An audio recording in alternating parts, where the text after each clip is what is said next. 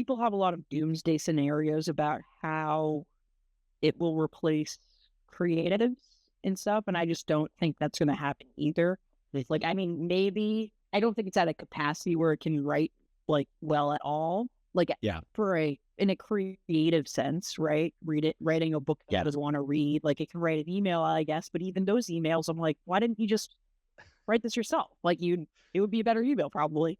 Yeah. But yeah, and I mean, there is like, rightly so, like huge pushback in the creative spaces because it's been trained on all these books, like completely ignoring copyright laws, like creatives in general, like writers and like artists too, I'm sure, like they get paid like pennies to begin with, right? Like there are like 95% of everyone who writes books like will never ever earn a living on it, right? Like you can only write if you like have a job or you have a spouse that supports you, or you work like me. So yeah, right. Yeah, exactly. Just kidding.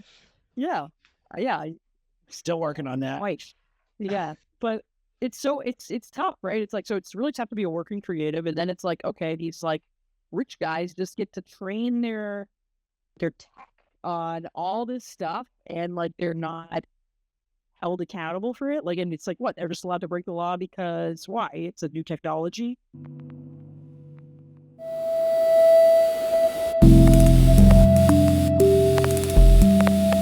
Welcome to Smolder, the Professionals Applied AI podcast. I'm your host, James Wagenheim. Happy New Year to all our listeners, and special thanks to everyone who has liked or subscribed this last year. 2025 was a real special year for me and a wild ride for the world. My wife and I gave birth in late November to a healthy baby girl, and the world is giving birth to a new form of technology. These are the most significant times in my lifetime, and I know that a lot of other folks have been feeling a lot of nervousness and excitement about the changes that are coming. Today's episode marks the 12th episode, and it's really special because I set out a goal for myself when I started this podcast to hit 12 episodes. So I invited friend of the show and sometimes co-host Jim Duffy, a developer at HubSpot and a brilliant guy, to ring in the new year with me and review some highlights from the past 11 episodes in 2 parts. And I think you'll agree at the end of this, it's been a really special year and we've had tremendous and inspiring guests. I hope you enjoyed the conversation as much as Jim and I did, and if so, please hit the like button, subscribe, or find us on Patreon. Without further ado, here is part 1 with our esteemed co-host, Jim Duffy. I invite you back because you were my first guest / first co-host at the halfway mark, and now we've reached the 12th episode, which was my original goal, and it's also the new year, so I think that's a really cool like segue into 2026, and thanks for joining me again. Amazing. So happy to be here. New year, you've already completed a big goal. I guess it's from last year, but yeah, no, I mean, I feel like it's close enough to the new year that I'm feeling good about that. And then I've got to figure out what my 2026 resolutions are. But do you have a resolution? Oh, I like to not give you any. Just trying to get healthy right now. That sounds good. Yeah, I don't know if I have like a specific one, but I think what I want to do is I've got a goal to set a goal. So I think I'm going to try and come up with my next sort of big project. So that it's very generic, but maybe we should check in 2027. I'll let you know if I think I did a project. Anyway, so today is going to be kind of unique. I pulled together a bunch of clips from the 12 episodes or 11 episodes that we've done thus far. And I thought we could just sort of watch them and then quickly comment on them. And, I'd love to hear if you have any insights that have come up over the last, 12 months that maybe weren't there when we originally recorded these. So yeah, that's sort of the idea. And actually, when I was watching, we're going to go in reverse order. So we're going to start with the oldest ones first and then go back to the original one. But one thing that I want to skip ahead to, really important question that I wanted to ask you that I don't know if you remember this or not, but I wonder if you figured out, what do roses do?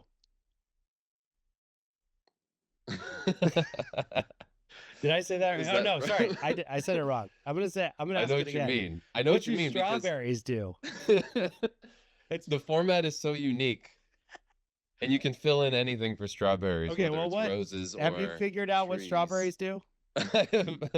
We have not figured out what strawberries do. That's just left. That's just in a ChatGPT database somewhere. Well, I don't know if anyone's figured out what do strawberries 2026, we're going to figure out what strawberries do.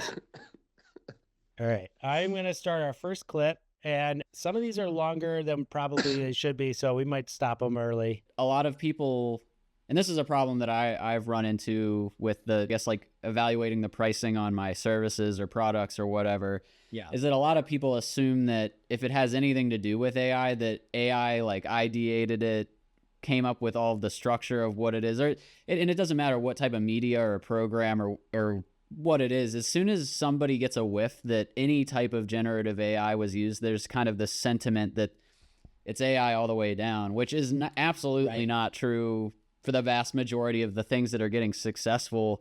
A lot of it is there's a person concepting something, or not to, it's a more working really hard to get it to where it's something that you can consume. Yeah, or that people actually think is funny or enjoy or are willing to pay money for.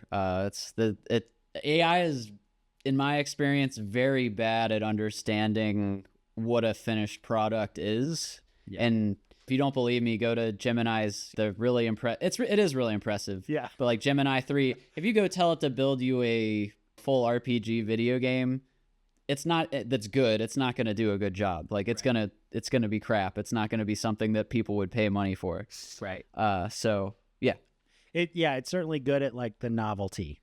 Like it creates a novelty. If you want it to be something valuable, it requires a lot of work, and just like it always has. Yeah, I mean, I would say that the amount of work, depending on how you approach it, could be significantly less. I think that there's a lot of potential, and I've been experimenting with agentic things where you trigger one thing that does a lot of sub operations, and then it gets you closer to that finished result a lot faster. So I think there is absolutely a lot of potential to use it to speed up workflows, but I think the core of it, and I think the core of all of it, is taste and being able to look at the end thing and say, does this suck? Because if you're able to do that and you're able to say it's not good, then you're able to go back to the drawing board and like refine it. And that's the work. That is like the real work that you're talking about, is iterating, because usually you don't do it right on the first try or the second. Yeah, so I don't know if you have any thoughts on that. I'll just shut up for a second. Well, there was quite a lot there. I think there's an interesting discussion about putting an AI tag on something, and then what that conveys to a user, and also validating the quality of the output. Sort of something you wanted to focus on of those. Yeah, I mean, that makes I agree with what he was saying. It's like if you label it AI, there are a whole flood of things that come to mind to the person consuming it, positive and negative. Yeah. Yeah, definitely. I think my reaction is I think there's kind of a standard now where if you're going to use AI, customers want it to be transparent. They want it to be trustworthy. If you're entering data, they want to know where their data is going and being used for. So it's kind of like this powerful tool that comes with some requirements if you want to give users like I want to say a good experience, but you want them to trust you and you want them to like use your product again. Right. Especially citing sources. Those things are all kind of like table stakes now, I think, if you're using AI and want people to pay for it. And I hadn't actually thought about that, like the different layers of where you might use AI in only one of them. But I think for like every experience, if I had a product that was doing that, it'd be a really important consideration. And I wonder if you would want to explain which layer it's being used in, or I'm not sure it would matter. I think if I was designing something, I would just want it to be helpful. People don't want AI for the sake of AI. They want it to use the parts of AI that are actually going to help them. Right. Yeah, I totally agree. All right, I'm going to kick off the next one. I will say another thing that that's kind of indirectly been something that I've gotten, I think, good at in the last couple of years is search engine optimization stuff. So thinking about like, how do you write blog content that ranks well, or how do you write video scripts that rank well? Not so much on the video side. I've been more focused on like the written content stuff, but I think that there always has to be a human touch at the end for sure. Where I think that if there's one touch point, if you're gonna use AI throughout a process, always have a human at the end of it, because it's just unpredictable. And right now it's just dependent, like across any domain, it's just not good enough for you to trust the final result usually. This one I found super surprising that so Will is actually really good at SEO. And I just assumed that he would tell me that the best way to do modern search engine optimization is just have an agent just pumping and dumping content into your website. And he actually said that, the human touch is really important in getting results. So I found this super surprising. And I don't know if you've spent any time on search engine optimization, but this is one that I'm super interested in seeing evolving as, people are using chatbots to navigate the internet more than anything. Yeah, everyone's trying to figure out AEO right now. Yeah, there's a lot of interesting things in the AEO space happening because everyone's trying to figure, because there's so much money there. SEO is like this massive industry, and how is that going to change? Because it's going to change. And so whatever AEO kind of settles on, there's going to be like piles and piles of money in that space. And how's it going to work? And ChatGPT wants to introduce ads. Yeah. Yeah. Exactly. And actually I've saved a little bit of that. We talked about this in our segment as well. And I saved a little bit of that for later. So maybe we'll come back to that in a second. So the next clip is with Alex Fox. She is in cybersecurity and she's an author. And I loved her perspective.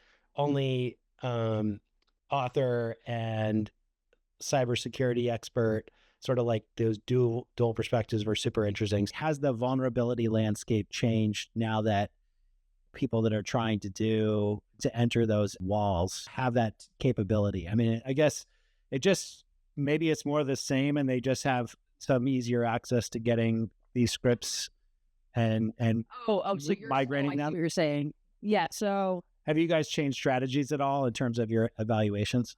not really. Like there's like, I feel like if you're using, and this is a huge generalization, right? Yeah. Like there are obviously like nation states that are putting a lot of money and efforts in researching AI capabilities and like how that can be leveraged from an attacker's perspective and also from a defensive perspective. But like I would say the youths who are using generative AI to try to hack into things, like there's a colloquial term they're called script kiddies. Yeah. And they've always existed. They've always existed throughout hacking history. Yeah. Right. It's just like you pull a script. Oh, I want to get into this. You just hammer it with requests, like no rhyme or reason to it, trying to find the lowest hanging fruit. And like you might find something if you have a big enough net, right? Yeah. And so like I feel like they would be more likely to use these like tools, but these tools have always kind of existed, like the search GitHub or like vulnerability scanners are like huge, right? A lot of like pen test teams just rely on vulnerability scanners that they're gonna give you a bad product. Quite frankly, you want people who are doing the manual like inspection and like nuanced look at like the 300-foot view or whatever of the totality of the environment. So I don't think so I'm not too like, I don't think that's necessarily influencing that landscape. That makes a lot of sense. That looks different. Yeah. Yeah. I mean, I would expect the volume of attempts to increase as automation becomes more convenient. But it makes a lot of sense to me that sort of the types of attacks, setting AI aside, internal AI agents aside, seems like the types of attacks are going to stay relatively within the same scope. I've been so curious about, do you mind if I go for it. Yeah, please. That's Okay. exactly what I want. I have been so curious about this question where barrier to entry lowers because of AI, where Yeah. you say, I want to see someone's photos that I don't have access to. How do I do this? Like you asking them like how to attack and like steal things like that. Because before trying to do things or like hack into things, you would have to like there's just more effort involved. There's definitely more effort, and there was multiple layers, and you had to learn things, and like there was nothing that would walk you through each of those. You would have to learn concepts so that you could apply them to like whatever website you're trying to hit or technology or whatever. And it took, it's like some tact and like Sometimes. focus. Yeah.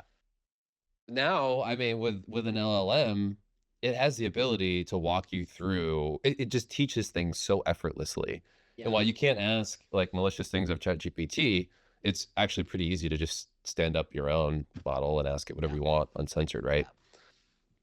So I think I'm really curious about what this would do for security. I'm hoping that there's like, no matter what the technology is, there's a limit on how many malicious people there are in the world. So like that will stop it from getting totally out of control. I mean, there's certainly a lot of curious people too. And I think there's, Exactly. sometimes people's curiosity could sort of strike a person who owns a website as malicious activity. So I was surprised by this answer that she gave, but also it makes a lot of sense to me. I think that what will be really interesting is to hear Alex share her thoughts on this in like a year from now, where folks have had more time trying to experiment with using large language models to generate attacks. And those state actors that she mentioned, more of their development has, come out into the wild. So yeah, I think it'll be really interesting. And then we talked about this at length, an entire new set of attack vectors that open up by introducing actual agents that might have access to tooling on your, portfolio of services. And I don't know if I've got this clip in here, but there's really no way to prevent people from jailbreaking those chat agents in the current setup that they have. It's a continuous battle. It's really amazing, like how creative folks are getting with like the chatbots or with image generation to get around censorship. It seems like a normal security, like the way security has always been, where defenses are built, offenses are built, just repeated forever. Totally. Did you check out the Pliny the Elder, any of the stuff around how they were jailbreaking all the different models? Have you heard of that? No. So basically it's just like they have a GitHub repo where they have shared, jailbreaks for basically every current model, where you just plug in these jailbreaks and then you can get the, chatbot to say whatever you want it to say, give you information on how to make a bomb or meth or whatever. And it was remarkable after reviewing that, just how little security they've actually published, even though they're very aware of this library. And frankly, they have some like white hat relationships with them as well. So it's, there is OpenAI recently released a article saying, hey, look, until further notice, our browser that we've just released, we know it's not secure and we don't know how it's going to be secure. So, it makes sense, because if you, have access to your bank accounts, or, it has some personal information, and someone can get you on a malicious website that has jailbreaking content, you could find yourself in a situation where it's doing things that you really don't want it to do. That makes perfect sense too. And it seems like a natural evolution for AI, where we have these like agentic tools that can do so much for you. It's like, you know what? Have my bank account, have my insurance, have all this boring stuff and just take care of everything. And file my taxes. Security is going to come. It's always going to trail behind because everyone's trying to win in the AI space right now. So like, it makes sense that, maybe we've gone like some companies have gone a little too far in the capability, and then they're like, oh wait, like there's some holes in this, and so they got to slow it down and address. Yeah. So for example, I built a MCP server just so I could get a burn permit every time I want one. I don't have to fill out my name and address. I literally just say to Claude, I'm like, get me a burn permit. And it goes and fills out the form on the main website. And I get an email saying I've got my burn permit with my number. So, well, it actually says it in the chat box. Thing. James Wagenheim Such a waste thing of time. I've ever heard. Like the tech and the outdoorsiness. And like, I don't want to have to fill out this form every time. But, you know, if that was, you know, with send money to Jim or pay a bill or go buy me this thing, you could see easily how we could just be in a world of trouble without some guardrails. And it doesn't look like we have those yet. So interesting. Yeah. And like, I kind of loathe how accountability for people has just disappeared in general.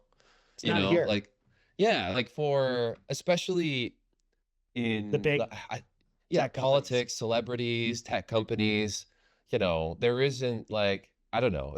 It used to, like, if you made a bad decision, then you would really own up to that. But now it's more of like trying to dismiss it or hide it or anything. It's such a contrast from the time when you saw Zuckerberg in Congress, just sort of like groveling to senators, and now like you can't even imagine anybody having to go through that, like on the tech space. There's sort of a carte blanche. That's true. All right, next clip, another one from Alex here. Just generally curious how generative AI strikes you as someone who is excited about writing in a creative space. Like, is it super scary? Do you find it like absurd? Like what, or is it really exciting? Like where do you land on that? I don't like it. I don't think, I mean, people have a lot of doomsday scenarios about how it will replace creatives and stuff. And I just don't think that's going to happen either. Like, I mean, maybe, I don't think it's at a capacity where it can write like well at all. Like, yeah, in a creative sense, right? Writing a book that doesn't want to read, like it can write an email, I guess, but even those emails, I'm like, why didn't you just write this yourself? Like it would be a better email probably. Yeah. But yeah, and I mean, there is like, rightly so, like huge pushback in the creative spaces because it's been trained on all these books, like completely ignoring copyright laws, like creatives in general, like writers and like artists too, I'm sure, like they get paid like pennies to begin with, right? Like there are like 95% of everyone who writes books like will never ever earn a living on it, right? Like you can only write if you like have a job or you have a spouse that supports you, or you work like me. So yeah, right. Yeah, just kidding. Yeah, still working on that. Right. Yeah, but it's tough, right? It's like, so it's really tough to be a working creative, and then it's like, okay, these like rich guys just get to train their tech on all this stuff, and like they're not held accountable for it. Like, and it's like, what, they're just allowed to break the law because why? It's a new technology. So it's like sort of, this is what we were saying. At the core of it, it's like a upsetting idea, right? And then it's like not even like it's gonna write the books it ingested. It's gonna write like these poor carbon, like not even carbon copies. It's writing these like poor, like shells of what it's ingested, really. So, and you see that with like the art too. And I feel like, and the reason why I don't think it's a doomsday scenario anymore, I mean, maybe in 100 years they will take the writer's jobs. Like, I don't know. I'm gonna be dead by then. So sorry, not me. Yeah, it's really hard. It's really hard because there are so many different implications now. And then there's also a really intense like choice of futures you could see happening. Yeah. There's so many different ways that everything could unfold. As far as creatives, really, it bothers me the way that it could go. And I don't want it to have negative impact on creatives, obviously. Yeah. I think, but okay, is there, what is, maybe this is a little insensitive. What's the alternative? If we weren't training on text or images, would we just not have LLMs at all? Or generative AI at all? And, what kind of like technological hindrance does that give to us? Does that mean like ultimately we have medical advances slower if we don't have like, all this AI progression? I think my best case scenario is, yes, we do this, but we also consider some of that impact, and like naturally there comes ways to actually bolster the creative community. And I'm not sure exactly what that looks like. I've heard ideas floated. This one was really, I really like this idea where if we could build in royalties to certain generative AI, right? So that like artists could be compensated every time that like some of their training data was used or cited. Yeah, something like that. And so it could actually like be an evolution of the creative industry if your work is going into those models, or maybe there's just some kind of marriage later of generative AI and the human touch, and there's this, these new areas of art and how it can be used. There's a lot of ways that could go.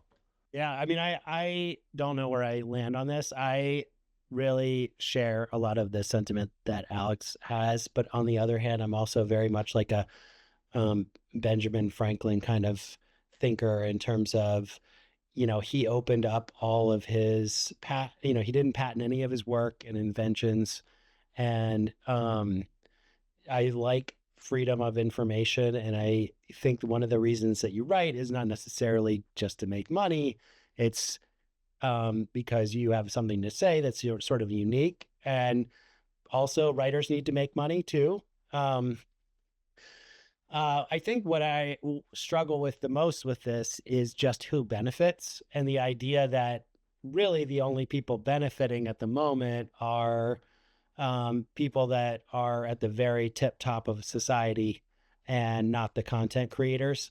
So I think that's the part that I struggle with the most, more so than specific copyrights. Like I'm really not so sure that copyright is the answer. I think it's more around like a cultural decision around how we use content. Yeah, it's true. And I don't know if the courts, it seems like this is like an ongoing gray area as far as how legal. I don't know if there have been any decisions. Do you know? No, I don't know of any. I know that New York Times is suing OpenAI, and that will be an interesting case to follow because, they are a big enough organization that they can really move this along in court, and then they'll have a presumably professional case. And a lot of their content's behind a paywall. They were one of the companies that did not have an agreement for content with OpenAI.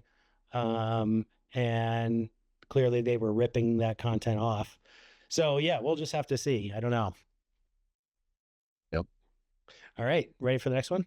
Mm-hmm. Next one is Ian Pullins, and he is a movie director and also works for Music and Arts as a creative director, and had some really good talks with him too. So here you go.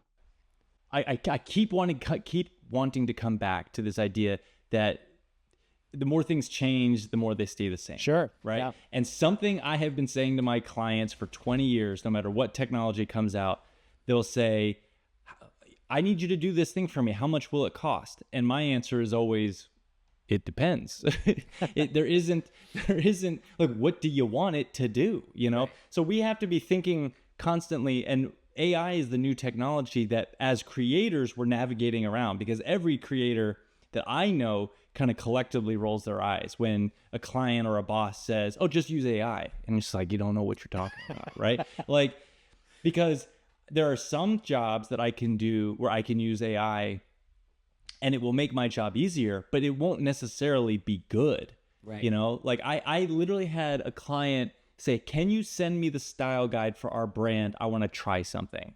Oh yeah. And Okay, some people I know get offended at that. Yeah. They'll be like, "How dare you?" Yeah. But I've been a scrappy designer my whole life, Right. and I've been ripped off creatively. And any creator who works consistently, this is not, I'm not commenting on necessarily on AI ripping off designers, although we can talk about that. But like, I've designed logos, or I've come up with ideas or stories, and I've literally just been ripped off, or someone will yank it and claim it as their own. Mm-hmm. And I was blessed early on that I came to the realization that I will never get angry that someone ripped me off, because they can't make it. Yeah. I can make it again. I can make something else better. I should be already on to the next thing. Okay. So that's my perspective when somebody who doesn't have a background in design or creative stuff says, "Oh, give me the style guide. Let me try to make something." And then they make a flyer. It looks awful. Like it looks like someone designed it well, but the fonts are all wrong. Right. The human being that's in it doesn't look entirely real. And while AI will get better and eventually that might be more impressive, where that doesn't bother me is that executive that did that doesn't know what good looks like.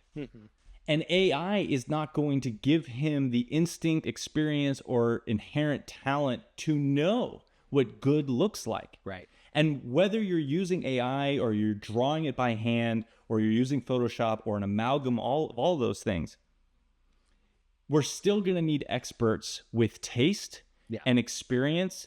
And ideally, sometimes you get those in the same person, sometimes you need it in teams, but ideally someone who is empathetic, who can intuit what the client or brand needs, intuit the solution to the problem, as opposed to just like, here is style guide, go ahead, make thing that you think you need. Yeah. We need to be more thoughtful than that. And AI is not going to solve for the output. Like, AI is going to keep trying and trying and trying, and people are going to keep prompting it. Yeah. But at the end of the day, we have to have veto power. We have to have the veto power to say, this is good. Or like when, in terms of filmmaking, I always describe a director's job, because it's such a collaborative art form, is your job is to be able to say, this, not that. Yeah. This, not that. This, not that. Which is a combination of craft and taste. And I think you can. This, not that. I find that actually so satisfying about working with AI. I think that's my favorite part, that you can send it to do a task and say, no, not that way, this way. Like over and over and over. It's just so low effort. And you can just experiment with things too. Like, you can go down a path, back it up, whether it's creative or code or something. Yeah, actually, I hadn't picked up on that aspect of it, but I enjoy that too, which is like especially, I think this shows up mostly in coding, and maybe people that are working on video and images find the same experience, but it's certainly most clear to me in coding, where it's like, it goes and builds this big branch that you've asked it to build, or a big change, or it's making a plan for it. And then you get to arbitrate, like, yeah, you know, this is the 60% you got right. This is the 40% that you got wrong. So yeah, I hadn't thought of that aspect of it. I enjoy that process of going through, of just combing through it and seeing like, okay, that's done, this isn't. And then, putting that human touch on it, which is an important thing that keeps coming up. And definitely the future of AI. We could have a long conversation about that too. It drives me crazy though, when it gets like the mad scientist thing, and it like grabs 5 things you didn't ask it to do, and it suddenly, you're working on a JavaScript library that doesn't have TypeScript, and it starts cramming TypeScript in there because it doesn't know how to do anything else. Like, I don't know.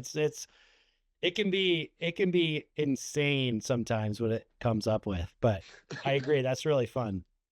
To Ian's main point there, I love that he is putting emphasis on like his intrinsic skill set being the most valuable over like output that he's done with his name on it. Right. I think that's fantastic, and a really good way to look at things, especially as we're going through the shift. It's interesting to set that up next to Alex's feedback, which I think is equally valid, but a really different perspective. And maybe it also shows like the ephemeral quality of maybe making Well, I guess that's not. I was going to say filmmaking versus, writing. But yeah, it's just interesting to, I think we can hold all these things at the same time. I think we can. Uh, when it comes, I get another a commonality between those two clips is something I think about a lot and I see come up a lot, which is that we're often trying to take how AI is affecting us and applying it to today's world, where AI actually itself is going to change today's world. How is it going to affect, art and creative writing in today's world? Well, when the internet is flooded with AI slop, it's going to be a very different world. Creative writing is going to mean something different, and art is going to mean something different. It's going to shift. It's just I don't know how it shifts, and Yeah. it's going to be so hard to. It's so hard to predict that. No one can predict that, but it almost seems like a little futile to try and say, oh, these people are going to be majorly affected by AI in this way because it's just going to be like one big pile of chaos of how everything changes.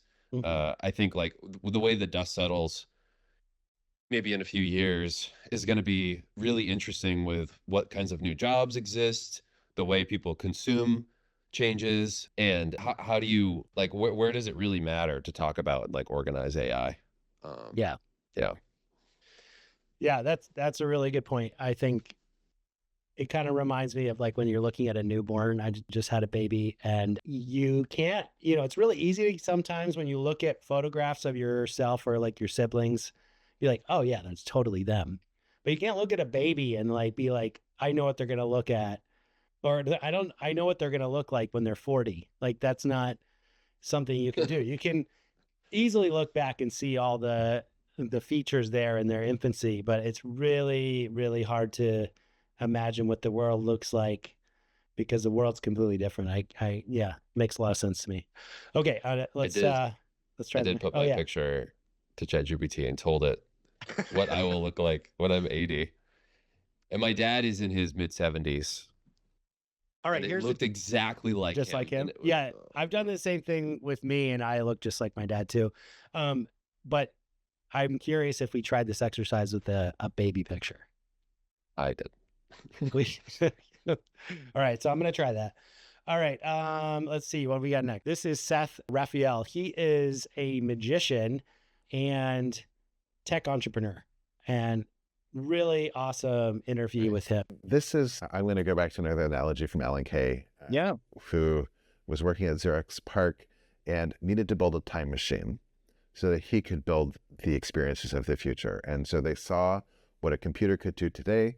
They had Moore's law predicting that, hey, things are going to get better. And so he said, well, if we just spend $30,000, we can build a computer that will be a desktop computer in 10 years or in 30 years. Yeah, wow. And so they did that. So they created this incredibly complicated device that allowed him to build software that would be ready in 10, 20 years when the hardware caught up to where they were today. And so I've done that same playbook at Google where, ridiculous things to create the experience that we believe will be possible in the future. And did that out in augmented reality and sort of placing things all around you, even though the hardware wasn't ready yet, even though the software wasn't ready yet. A product you can't ship for 10 years? Is that what I'm hearing? Well, yeah, I just wanted to pause it for a second because I think the idea of, spending a lot of money on hardware to build for the future, or just the idea of imagining new user experiences and building them as if the world is already here is such a cool idea. Like, and it sort of reminds me a lot of what they're doing with these huge data centers to support models when, what we're capable of doing already is we have these edge models that are distilled from these huge models, and you can actually run them on your local machine or even in a Raspberry Pi. So that's just a sort of surprising feature of technology that I don't know if it exists in other places, but we can sort of project forward, spend a lot of money, pull a lot of hardware, and then build for the future today. And then eventually we can expect it to catch up. Yeah, this is one I have been thinking about for years, actually. I love thinking about I find myself in the shower a lot thinking, all right, well, like, how's it going to change? How do I think it's going to change today? And thinking about, like, just one of those many branches of the future, and then like what products would be needed, and something that came out of it. I had a buddy who was building something to compare results, because we were talking about, okay, so in the future, it's not just going to be ChatGPT. There's going to be competitors, and there's going to be all these models. So you're going to want something to compare the outputs of all these when there are all of these, but there aren't yet. And so that's what he had made, was a product to kind of store and compare all those different things. And that was like just one of those paths. Okay, there's going to be a lot of models, but I love tweaking all the different knobs of that idea and thinking, okay, what about when it's super fast? What about when it's super cheap? What about when it's super creative, or, indistinct from human writing and we can't tell anymore? Okay, well, that sounds terrifying. What kind of terrifying scenarios does that lead to? And what kind of safety might we need? That's awesome. All right, let's keep going. And one of the things that features really heavily, There we go. in, I think, everything that you do is a sense of wonder.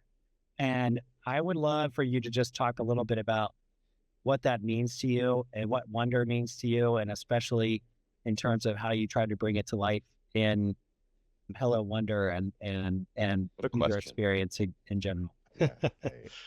Wonder has been a through line for me of my whole career. I think it's such an amazing notion. Yeah, thank you. It has enchanted me since childhood, and I actually wrote an entire master's thesis at MIT on wonder, why we have it, what it is. And, I won't go too deep into evolutionary psychological theory, but my premise and my experience has been that wonder is this positive experience that gives you a flood of dopamine when you experience something that breaks your expectations. So when you find something unexpected, it can give you really, really positive experiences. Of course, there are times when your expectations being violated are terrifying or hurtful or like overwhelming. But there are many times where you experience this moment of our wonder, where you see something that goes beyond anything that you've experienced, whether it's an aurora borealis, or being underneath a glacier in an ice cave, or discovering that, pepper floats on water or can move when you put soap on it. It gives you this hit of dopamine. And, my theory is that we have evolved that hit of dopamine when we see something that breaks our expectation to encourage us to go out and find things that break our world model, which is an inherently optimistic point of view about humans, that we are wired to go out and learn more and to break our preconceived notions and to go out and become, more well-adjusted to the environment around us. And I have used that as a magician to go out and perform magic, where I take people's expectations and break them and give them that experience of delight. And in that case, I don't want them to then try to figure it out, right? That's not the goal of the magician. When I give you that dopamine hit and say, okay, we're done, we're going to move on, I want you to revel in that moment, take that experience, get addicted to finding new things in your life that can give you that experience. And then in the educational realm, we want to do the same thing, but then we want to encourage discovery. We want to say, hey, you think that you know how sound works. Well, let's do an experiment that shows that you don't know how. And once you've had that dopamine hit, we can help you then transfer that into learning and a deepening understanding of, what harmonics are or how harp melodies are composed. That's amazing. And I just love that as a whole, thesis for what you can bring to life with technology. Because, I think that's the difference between a really great product that serves people's needs and a product that really is just trying to get by and get your attention. And I think that, especially when it comes to education, AI has such a amazing opportunity or capacity for us to instill wonder in our user experiences, but it also has the capacity to deliver just slop. And so I guess, what are some of the ways that you feel like wonder could come forward with the power of AI? Yeah, I think it has to do with depth and intentionality. And my experience is that capitalism has created this evolutionary pressure for apps to take our attention and to become the most popular apps. And they have evolved through iterations to hack our dopamine system, whether it's TikTok or YouTube Shorts. What surfaces through the algorithms are these things that are just designed to stimulate a very similar sense of, oh, that's new, oh, that's funny. And it creates this addictive thing where you're continuing to look for more, and it can create a cynical or a jaded sense, or we become inured to the effects of wonder, and we just keep looking for more, and we don't go deeper. And I think these systems have evolved naturally, and what we need to do is design systems that counteract it intentionally, that are about creating deeper senses of wonder. I mean, Alan Kay said, technology is anything invented after you're born. We expect everything that existed before us is just part of the world, and then the new things are the things that are wonderful or magical or technological. And I really have tried to fight that with my kids and in myself, right? You can become accustomed to the fact that we're talking across the world instantly. And like, it is mind blowing. And the fact this like tiny little screen is this liquid crystal LCD, and like, it is mind blowing what we just take for granted. No, it is like, what? Like, I'm in wireless AirPods that are using electric magnetism to communicate across the world. Even something, I just get delighted by the fact that microphone that you're using right now, if we switch the wires and play sound through it, it can become a speaker. Yeah. Right? There are all of these things that we just become commonplace of our life. And so one of the practices that I've instilled in my kids are called wonder drills. And that is trying to become attuned to the wonder in the world around you. So whether it's an incredible sunset, or you see a spider hanging invisibly, sort of floating in midair, any one of my kids knows if they call wonder drill, I will stop whatever I'm doing, whatever eating I'm doing. I will run down and I will go enjoy and revel in their sense of wonder. That's amazing. Wonder drill. Yeah, it's so good, right? He's, I think everybody that I've had on has been amazing, but this was one of the most inspiring conversations that I've had. And I love that he is a magician. He actually was on Penn and Teller, and there was a show called Full Penn and Teller or something to that effect. And he fools Penn and Teller, which is really, really cool. So you should check out that clip. But I've always thought of, science and technology as real world magic, that, it really is magic that we can do all the things that he was talking about, like the fact that we're having a conversation remotely, and it's better than magic because it's real. So that's super cool. And then it also made quickly we like desensitized to it. Yeah, you're like, oh yeah, we can just 1 second to load this YouTube video. Go faster. So annoying. And they're like, yeah, just the fact that we have hundreds of millions of users using large language models, and it came out like 2 years ago. That adoption rate, and I'm just accepting that everything is insanely new and all the time is really pretty amazing. I love that. Recently, I listened to a whole series on Disney on a podcast that I really love called The Rest is History. And one of my earliest brand experiences when I worked for radio systems was, a brand manager or former brand manager that worked at our company was focused on different things, but him and I spent a lot of time working on the Pet Safe brand. And he always emphasized Disney as one of the most important and culturally impactful brands in history.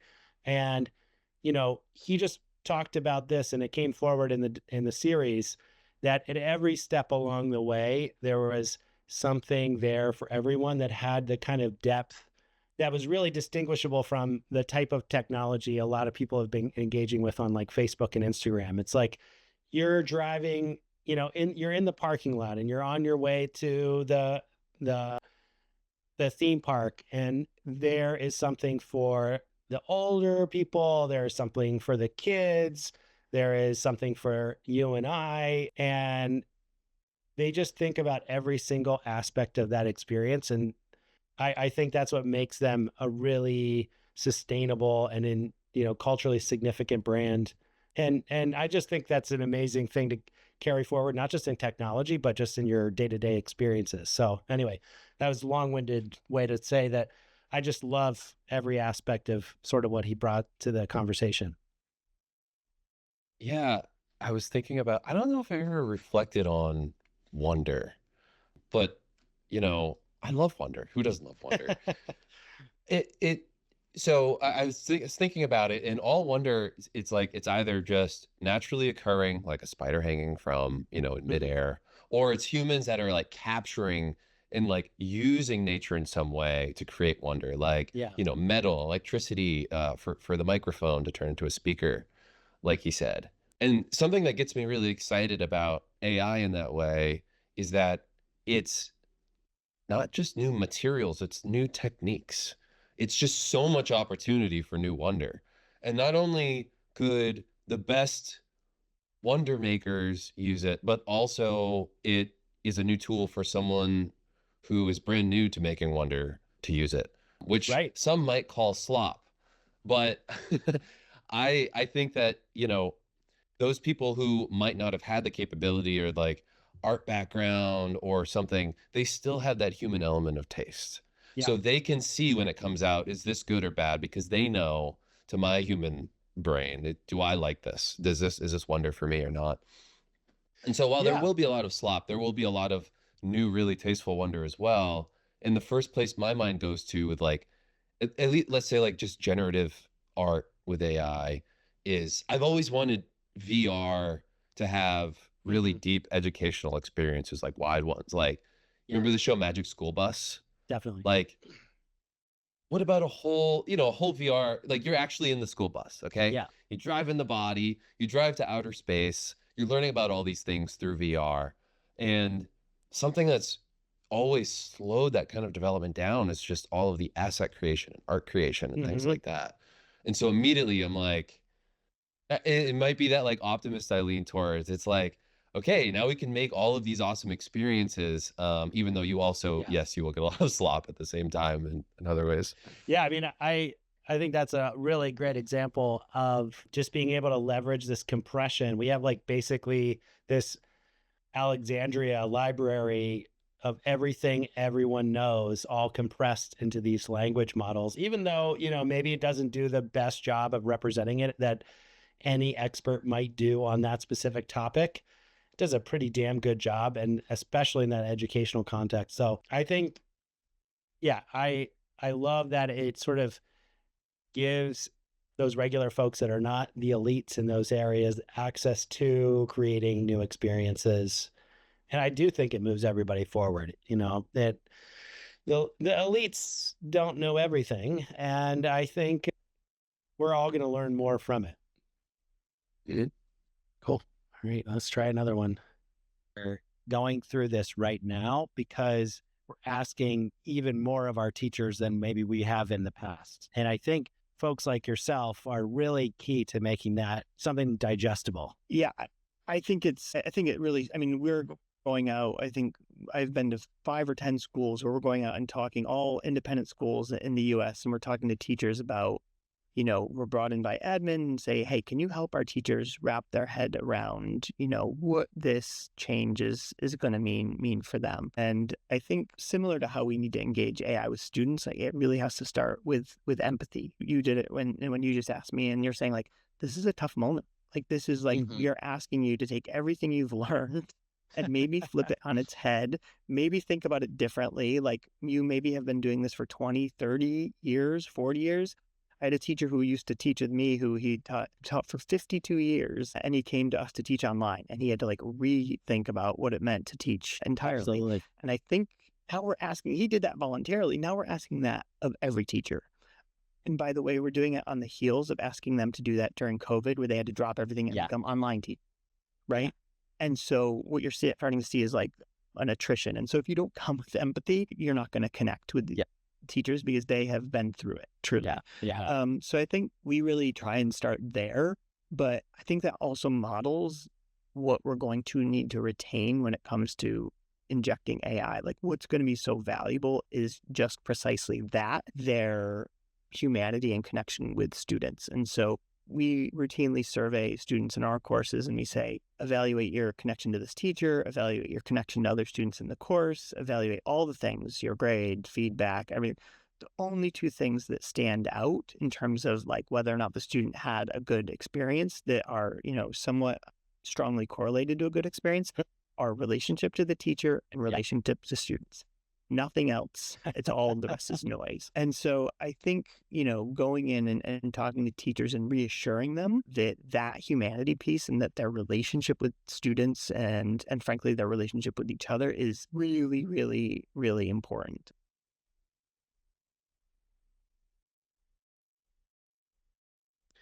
Yeah, so I really love this sentiment. And, so this is Lucas Ames, and he is the CTO of Global Online Academy.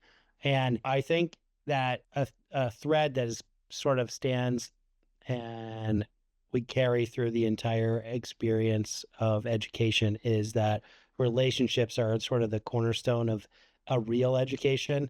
I have a personal story with this one, which is like, I was homeschooled up until 9th grade, and then I went to regular high school and basically did not participate in class whatsoever. I just was goofing off and arguing with the teachers.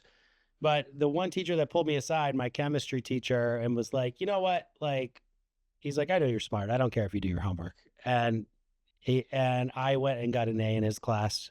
And that relationship was key to me actually engaging with the material. And I think this is true for a lot of students.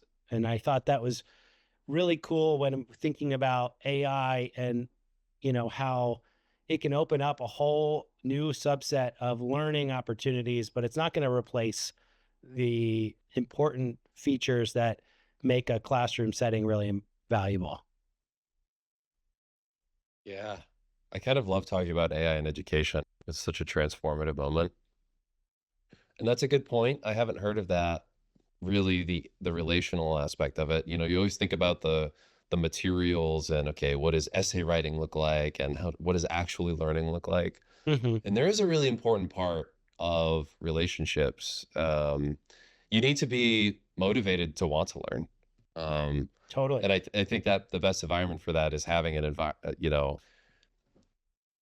that environment where you have mentors and people you're learning with and people that challenge you and people to impress and that you can build cool stuff with. Life's better when you build stuff.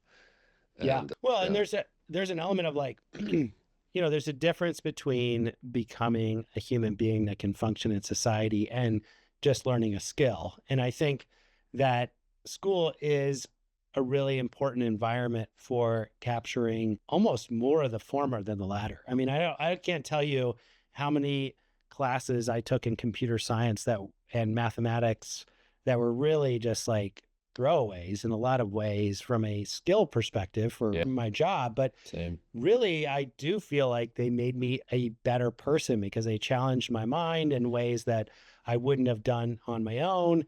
They created challenging scenarios for relationships that I had to work through. And so I think the intrinsic value of, that experience is sort of hidden by the idea that we set up all these analytics around what can the student do with that information. And it's not just about the analytics, it's about, rounding out people holistically.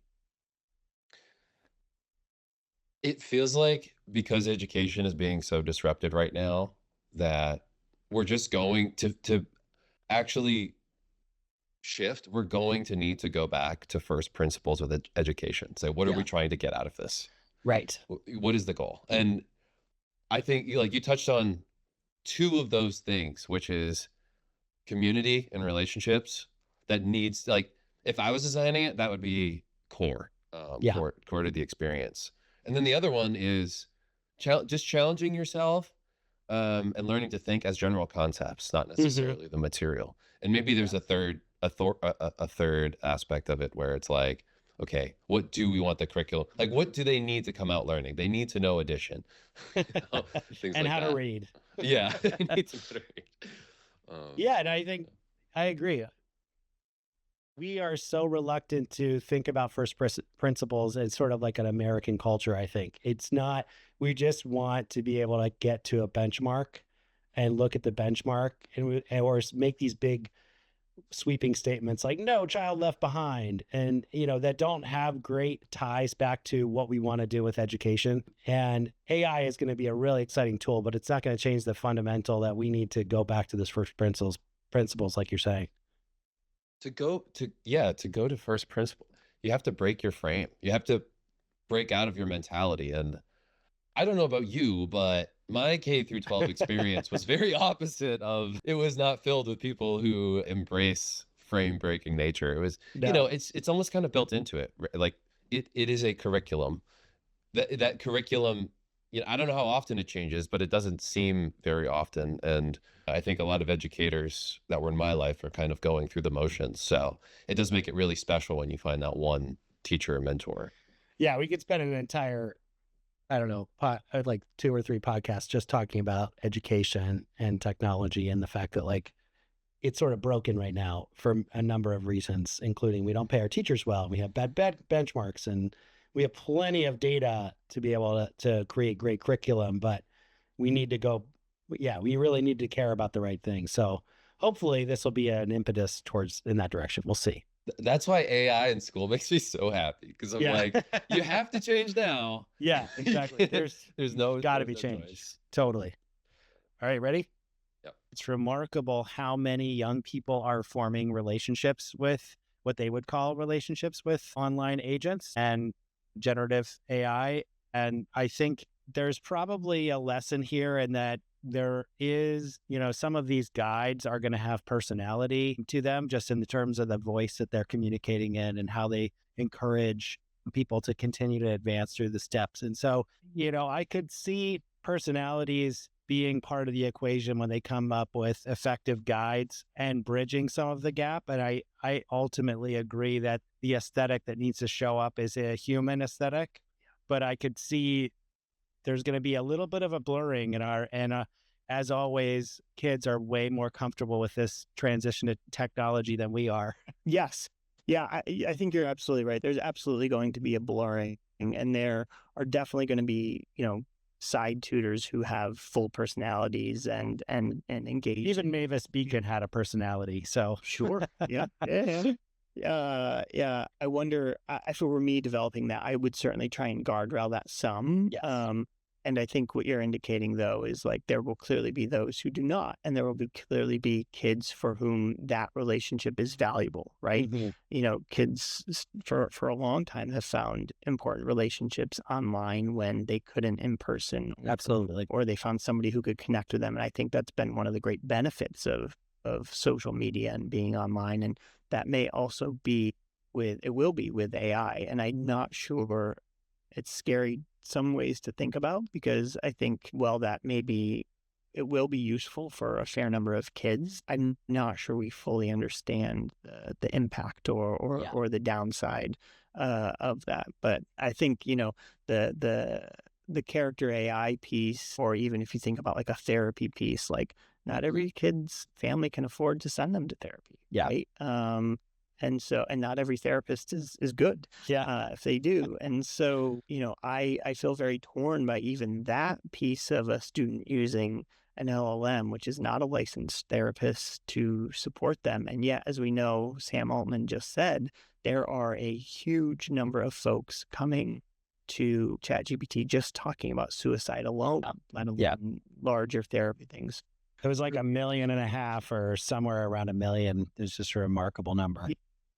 It's a 7-figure number. And I'm very torn on that, because I'm not sure what the apples to apples comparison is. There are licensed therapists out there who we're going to be worse than AI. And so AI is going to be bad at times. And so, like, how do you evaluate that? I don't know, but I know that it could help a lot of people, just like an AI tutor could help a lot of students and nudge them forward.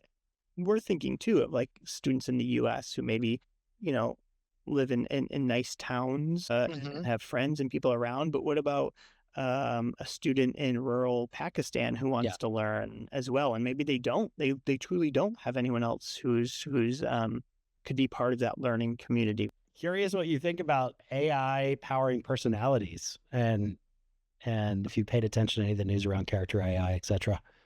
I haven't seen recent news. I know about character AI, and it, you know, emulates a person. Like you can choose, like, I want to talk to Elon Musk or Einstein or something like that.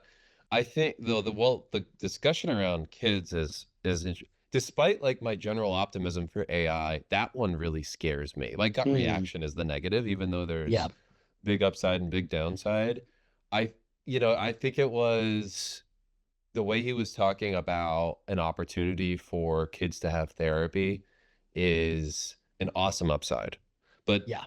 my gut reaction is like, wow, that needs to be done carefully. It's one of those things where you can't afford any margin for error.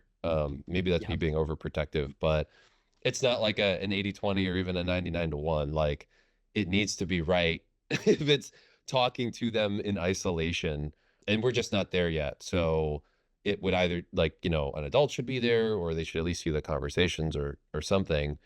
At our day, and I'm not a psychologist, just my opinion, but at our daycare, they don't allow characters on any items, clothes, lunchbox, whatever. And the reason interesting. they cite is because kids that young often, they can confuse reality for fantasy, and they don't know that Paw Patrol is fake and made up, and there aren't really superhero pups in the world when they're learning what the world is. So I don't know when, like, it's safe, that the safe transition happens where they do start to understand that, and you can generalize that across all kids. But for that reason, I would think there should probably be like an age limit to start of what's safe, when it's safe to just kind of talk to an AI on your own. And it should also be it's like very scrutinized to be safe for, a kid to talk to. Yeah, I mean, I think I agree on the age, especially on my own family. I would want to have that same, management. I'm not exactly sure what the best way to implement those sorts of things. Like, I think it's Australia is limiting social media access to 16 and above without parent consent, or you just can't create an account. I don't know if you have consent has anything to do with it, but I think that'll be an interesting experiment to see if that actually works. I think that teenagers are smart, or even small kids, and they're really good at getting around that stuff. So yeah, it'll be interesting. And that said, adults are also affected too, right? There's all these stories 100%. about psychosis and them, doing bad things because of their AI conversations. But, adults also smoke cigarettes. We have an age limit on it. So. Yeah, and you were saying about how that we really can't risk it. But when you have hundreds of millions of people on it, someone is going to have a conversation that's going to lead them to make really bad decisions. And it's going to be a percentage. We're probably going to be managing percentages, not, one finger numbers, or one hand numbers, rather. Numbers. I'm trying to think of what that means. Like and I'm not a philosopher either, but there's definitely an ethical conversation there of, all right, do we want to make a trade-off? When do we get enough good for the one bad? Is it 100 million to one, or?